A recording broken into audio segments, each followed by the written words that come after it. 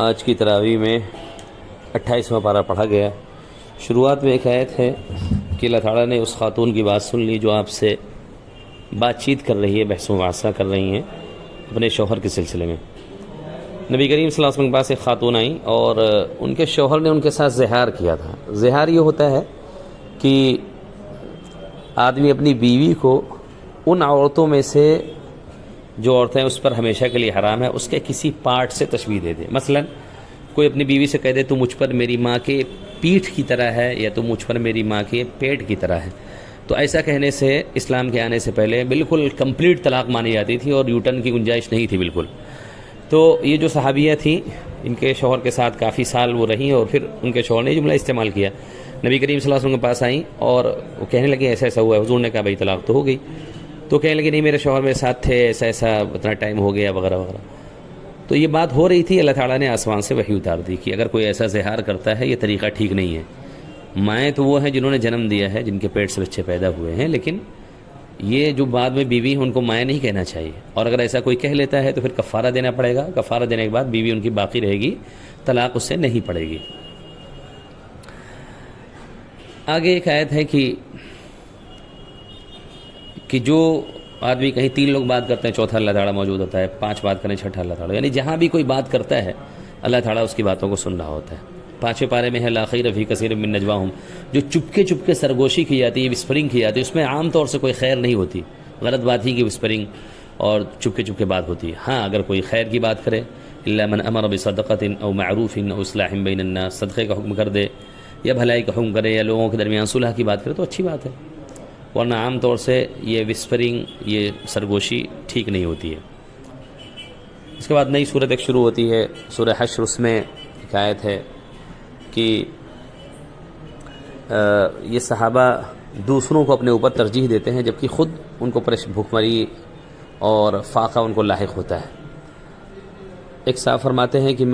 میرے چچا زاد بھائی تھے، وہ جنگ میں شریک تھے، جنگ ختم ہوئی تو میں ان کو تلاش کرتے ہوئے نکلا، تو میں نے پایا ان کو کہ وہ زخمیوں کے بیچ پڑے ہوئے ہیں، بہت زخمی ہیں، پانی وہ مانگ رہے ہیں، تو میں ان کے قریب پانی لے گیا، اتنے میں بغل سے پانی کی آواز آ گئی کسی اور زخمی کی، انہوں نے اس طرف اشارہ کر دیا۔ میں دوسرے زخمی کے پاس پہنچا تو کسی تیسرے کی آواز آ گئی پانی کی، انہوں نے اس طرف اشارہ کر دیا۔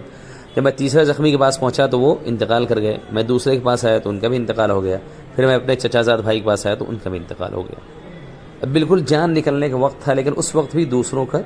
دھیان ان کو زیادہ تھا۔ ایسے ایک صحابی تھے، نبی کریم صلی اللہ علیہ وسلم نے پوچھا کہ نبی کریم صلی اللہ علیہ وسلم کے پاس مہمان آئے، آپ نے پوچھا کہ یہ ان کی مہمان نوازی کون کرے گا آج رات؟ چنانچہ وہ صحابی کہنے لگے ہم لے کے جاتے ہیں۔ مہمان کو گھر لے گئے، بیوی سے پوچھا کچھ کھانے کو ہے؟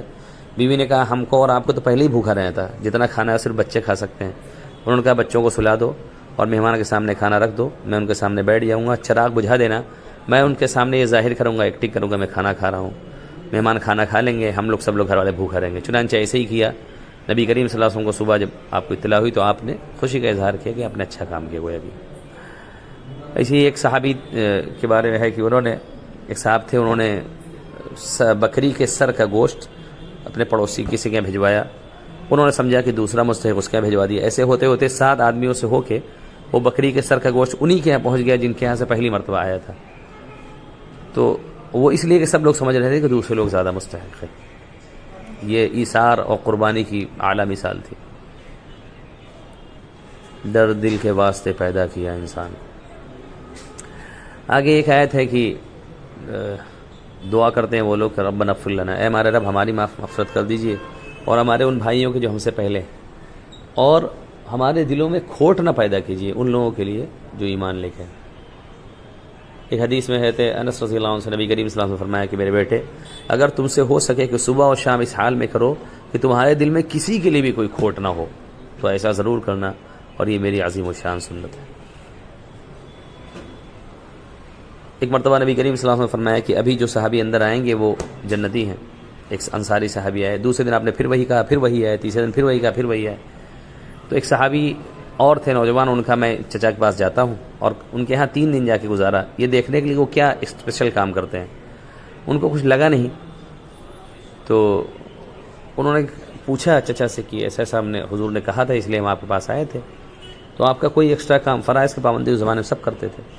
انہوں نے کہا بھی بیٹے یہ بات ہے کہ میں اپنے دل میں کسی مسلمان کے لیے کوئی کھوٹ کوئی کپٹ وغیرہ نہیں رکھتا ہوں، اور اللہ تعالیٰ نے اگر کسی کو کچھ دیا تو میں اس پر حسد نہیں کرتا ہوں، جس کو اللہ نے جو دیا جو دیا۔ تو وہ جو نوجوان صحابی تھے کہنے لگے اسی وجہ سے اللہ نے آپ کو یہ درجہ عطا فرمایا۔ یہ سورہ حشر جو 28 پارے کی دوسری صورت ہے، اس کے آخر کی 3 آیتوں کے بارے میں ایک حدیث ہے کہ اگر کوئی اعوذ باللہ السمیع العلیم من الشیطان الرجیم 3 بار پڑھ لے تو سورہ حشر کی آخر کی 3 آیت پڑھ لے، صبح پڑھ لے شام تک، اور شام پڑھ لے تو صبح تک، 70,000 فرشتے اس کے لیے دعائیں مغفرت کرتے ہیں۔ آگے ایک نئی سورت شروع ہوتی ہے کہ ایمان والو میرے اور تمہارے دشمن کو دوست نہ بناؤ، یعنی جو اللہ کے دشمن ہیں، جو رسول اللہ صلی اللہ علیہ وسلم کے دشمن ہیں، غیر ایمان والے، ان کو اپنا دلی دوست نہ بناؤ، اور اس طرح کی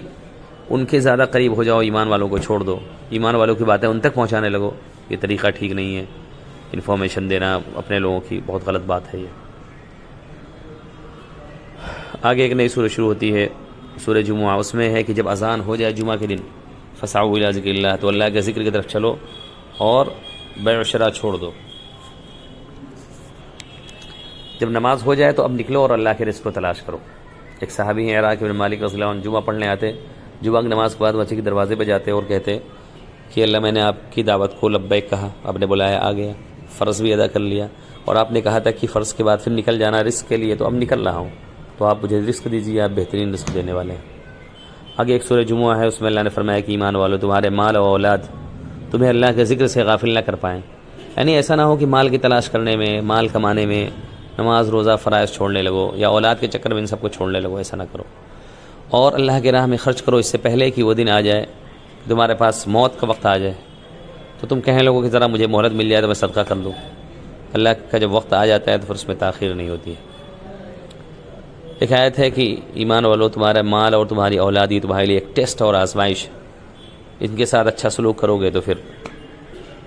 اس کا بدلہ آخرت میں اچھا ملے گا، ورنہ تو پھر پریشانی ہوگی۔ سورہ طلاق، اس میں اللہ نے فرمایا کہ جو کوئی اللہ سے ڈرے گا اللہ اس کے لیے ہر مشکل سے نکلنے کا راستہ پیدا کر دیں گے۔ تو جو اللہ سے ڈرتے ہیں اللہ تعالیٰ اس کو پریشانیوں سے، مشکلات سے نکلنے کا راستہ سجھا دیتے ہیں۔ آگے ایک آیت ہے سورہ تحریم، ایک سورہ ہے، اس میں اللہ نے فرمایا کہ ان چیزوں کو حرام کیوں کرتے ہو جن کو اللہ نے حلال کیا ہے۔ یعنی اگر دنیا میں بہت سی چیزیں ہیں جن کو انسان اس کو اچھی نہیں لگتی، سبزی ہے، کوئی بھی چیز اچھی نہیں لگتی، مان لیجیے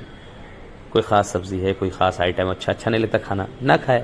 لیکن کسی حلال چیز کو حرام کرنے کی کوشش یہ ٹھیک نہیں۔ یعنی قسم کھا لے کوئی کہ مثلا میں یہ کھانا نہیں کھاؤں گا، تو یہ قسم کھانا ٹھیک نہیں۔ اگر کوئی ایسا قسم کھاتا ہے تو اپنی قسم کا کفارہ اسے دے دینا چاہیے۔ باقی اگر اس کو فطری طور سے اس کو اچھا نہیں لگتا تو نہ کھائے۔